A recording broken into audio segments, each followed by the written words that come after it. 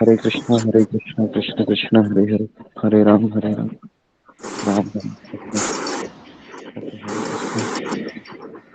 स्वागत है हरे कृष्ण हरे कृष्ण हरे कृष्ण। गुरु जी पर दंडवत प्रणाम, सभी भक्तों को दंडवत प्रणाम। ओके,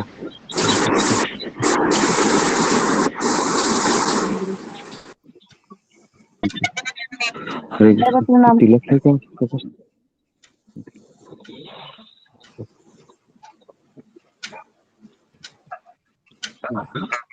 ओम अज्ञानतिमिरन्धस्य ज्ञानाञ्जनशलाकया चक्षुरुन्मीलितं येन तस्मै श्री गुरुवे नमः। जय श्री कृष्ण चैतन्य प्रभु नित्यानंद श्री अद्वैत गदाधर श्रीवासादि गौर भक्तवृंद। हरे कृष्णा कृष्ण कृष्ण हरे हरे, हरे राम राम राम हरे हरे। ओके, किसी का माइक चालू है, माइक को बंद कीजिए। सुनील कुमार। ओके जी। तो कल हमने चर्चा की थी कि हाँ जी, हमने भक्ति में हमको रिस्क लेना चाहिए और श्रद्धा के बारे में हमने कल चर्चा की थी कि श्रद्धा बहुत जरूरी है हमारे भक्ति में। और हम जिस कार्य को अभी लिए हैं ये इतना आसान नहीं है, क्योंकि संसार से अगर हम कोई भी कार्य है अगर हम लेते हैं तो उसके लिए श्रद्धा की आवश्यकता होती है। और ये जो भक्तिमय कार्य है ये जीवन भर चलता रहने वाला कार्य है। इसके लिए कई लोग हिम्मत हार जाते हैं और फिर बोलते हैं कि मेरे साथ नहीं होगा, क्योंकि मेरे साथ कई परिवार के लोग सपोर्ट नहीं करते हैं। और मुझे पता है कि कृष्ण की भक्ति करना जीवन का लक्ष्य है, लेकिन अभी मैं हिम्मत हार रही हूँ। और फिर इस तरीके से वो छोड़ देते हैं, गिव अप करते हैं। लेकिन हम ये समझ नहीं पा रहे हैं कि हम जन्म जन्मांतर हम कृष्ण को छोड़ते हुए आए हैं और इस जन्म में हमको अवसर मिला है कि मैं कृष्ण को पकड़ के साथ चलूं। लेकिन हमारी श्रद्धा कमजोर होने के कारण हम फिर छोड़ देते हैं और फिर हमारा जो जीवन का उद्देश्य है वह असफल हो जाता है। और जिस दिन हम भक्ति को छोड़ देंगे ना, उस दिन तुरंत हम क्या करेंगे, जो हम चीज नहीं कर रहे हैं वो करने लगते हैं। क्योंकि इस मार्ग पर चलने के लिए भक्तों का सत्संग बहुत जरूरी है। और भक्तों का सत्संग जब हमसे छूट जाता है तो व्यक्ति वापस उसी ट्रैक पे आ जाता है जहाँ पर वो पहले था। फिर वो जो पहले मांस खाता था तो मांस खाने लगेगा, वो प्याज लहसुन खाने लगेगा और चाय कॉफी पीने लगेगा, सब कुछ करेगा वो। क्योंकि अभी हम इसलिए नहीं कर रहे हैं क्योंकि हम भक्तों के संग में हैं। जिस दिन भक्तों का संग छूट गया तो आप कितना भी दावे के साथ कह रहे हो सकते हो कि मैं अकेला करूंगा, लेकिन ये असंभव है। आप अकेले करोगे तो एक यांत्रिक विधि के रूप में वह आप कर सकते हो, उसमें इतना आनंद नहीं आएगा। तो इसलिए अभी हमारे ग्रुप में है तो काफी लोग हैं, वह धीरे धीरे लोग चले जाते हैं, हमको पता रहता है। और इस मार्ग में सबसे बड़ा हमारा जो श्रद्धा तब टूट जाती है जब हमारा कोई साथीदार है वो क्लास में नहीं आता है, तो उस दिन हमारी श्रद्धा बहुत टूट जाती है। और ये सबके साथ होता है ना। जिसको हम लाइक करते हैं अचानक वो चला जाता है या फिर वह कुछ समस्या में गिर जाता है, तो हम हमेशा सत्संग में आने के बाद उसको खोजते रहते हैं। ये माता जी आई क्या, ये प्रभु जी आई क्या, दिखाई नहीं दे रहे हैं। तो हम व्याकुल हो जाते हैं, विचलित हो जाते हैं। तो ये भक्ति में एक सबसे बड़ा अवरोधक है जो मैंने फेस किया है। मेरे साथ जितने साथीदार थे कई लोग मेरे साथ नहीं है अभी, है ना। तो एक तरीके का दुख लगता है बहुत। इसलिए हम जब सत्संग में आते हैं तो हमें किसी व्यक्ति से आसक्त नहीं होना है, किसी भक्त से आसक्त नहीं होना है, हमें उस भक्त के भक्ति से आसक्त होना है। मैं वापस दोहरा रहा हूँ, हम जब सत्संग में आते हैं तो हम किसी व्यक्ति से आसक्त नहीं होना चाहिए, हम उस भक्त के भक्ति करने की जो दृढ़ निश्चय है उससे हमको आसक्त होना चाहिए। अ, कई बार हम उस व्यक्ति से आसक्त हो जाते हैं और फिर हम उसको उसका ओपिनियन लेते हैं कि मेरे साथ ये सब हो रहा है, पारिवारिक समस्या है, या सत्संग में मुझे अभी पहले जैसा आदर नहीं मिल रहा है, तो इसलिए मैं जा रहा हूँ या जा रही हूँ। और इसलिए फिर वो चले जाते हैं, और जब हम उसको नहीं देखते हैं तो हम मछली की तरह छटपटा लगने लगते हैं कि अरे ये माता जी मेरी इतनी अच्छी सहेली थी, अभी नहीं आ रही है, ये प्रभु जी जिसको मैं रोज देखता था जपा करते वक्त नहीं आ रहा है, तो उसका हौसला टूट जाता है।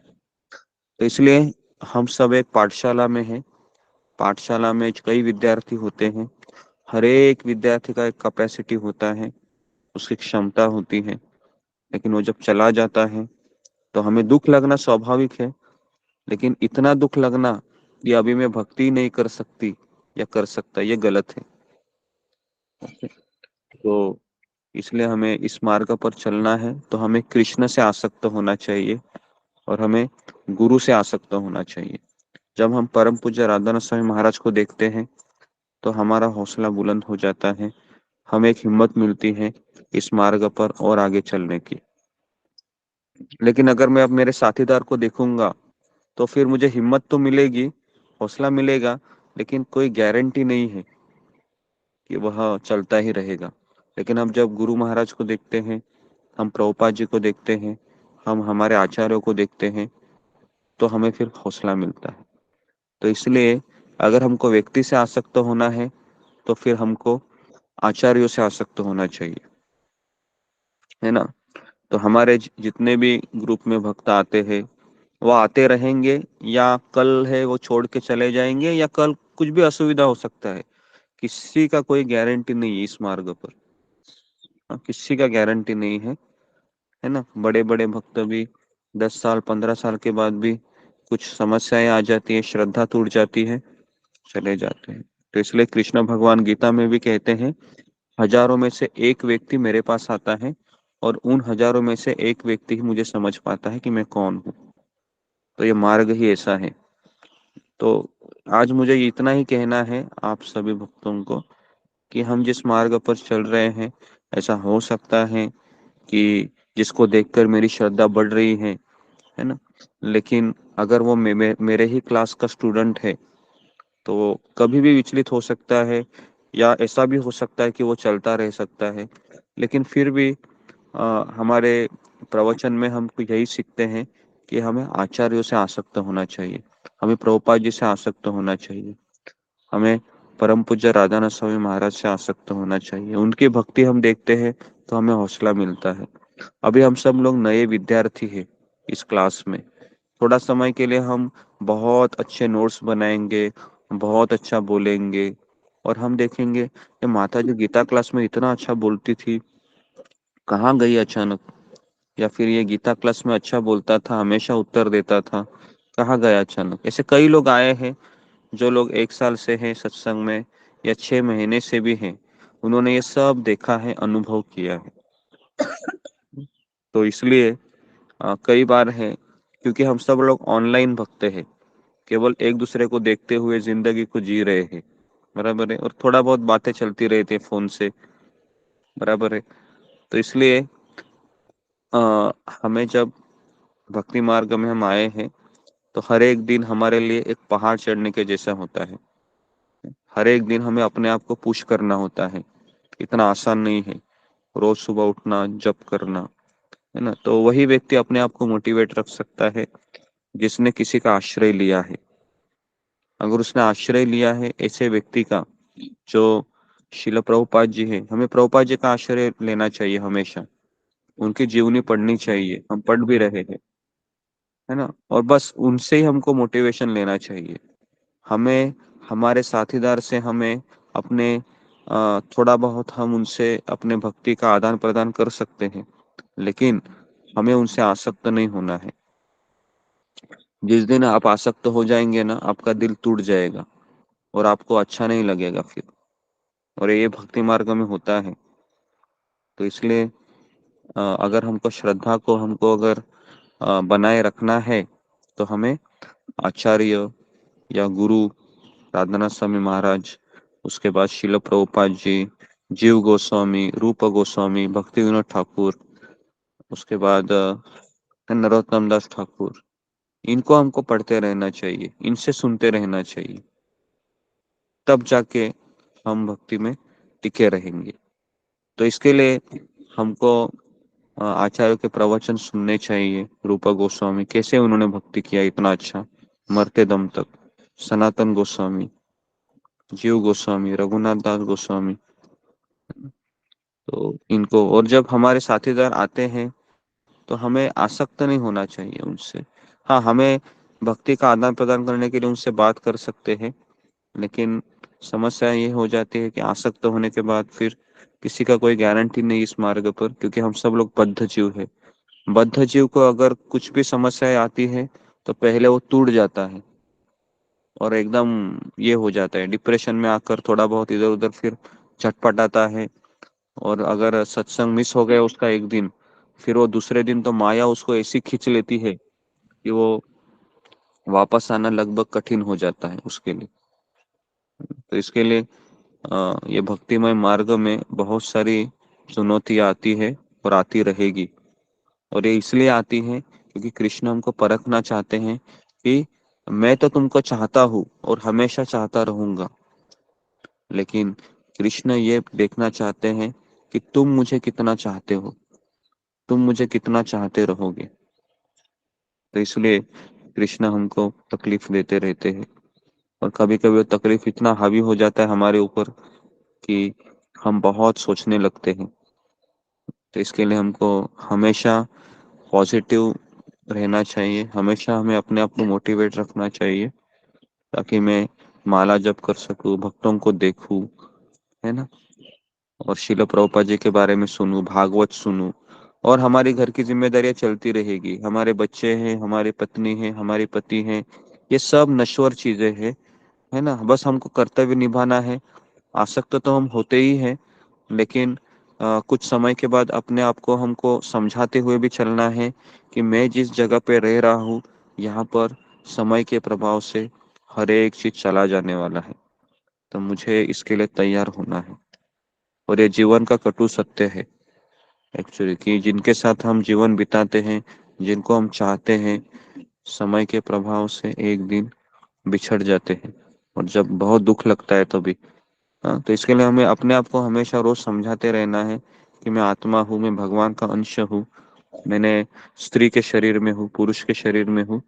एक दिन है, मुझे एक तो जाना पड़ेगा, नहीं तो मेरा कोई साथीदार है चला जाएगा। चाहे वो भक्ति छोड़ के जाए या शरीर छोड़ के जाए, दुख तो लगता ही है। तो हमें उस दुख को पचाना भी आना चाहिए, और ये पचाना बहुत कठिन है। तो हमें सत्संग का आश्रय लेते रहना चाहिए। तो जपा करने के लिए ये बहुत जरूरी है, जो मैंने अभी बताया आप लोगों को, कि हमें केवल भक्त से आसक्त होना है, और वो भी ऐसे भक्त से जो हमारे आचार्य है, शिल प्रभुपाद जी है, शिल प्रभुपाद जी के शिष्य हैं, उनसे हमको आसक्त होना चाहिए।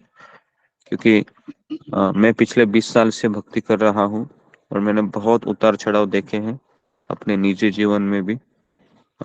कभी कभी हृदय पे पत्थर रह के सहन करना पड़ते हैं कुछ चीजें, और उसके लिए विकल्प भी नहीं होते हैं। फिर भी हमें एक भगवान के ऊपर भरोसा रख के चलना पड़ता है। कभी कभी आंखों से आंसू भी आते हैं, वो आंसू को पचाते पचाते भी हमको चलना पड़ता है, क्योंकि ये मार्ग ही ऐसा है। इस मार्ग पर हमको अकेले ही चलना है। एक दूसरे को हम देखते हुए चलते तो जरूर हैं, लेकिन चलना तो हमको अकेले को ही है। ठीक है, तो यहाँ पर मैं रुकता हूँ। बहुत बहुत धन्यवाद आप सबका। हरे कृष्णा, हरे कृष्णा, कृष्ण कृष्णा, हरे हरे, हरे कृष्ण कृष्ण गुरुजी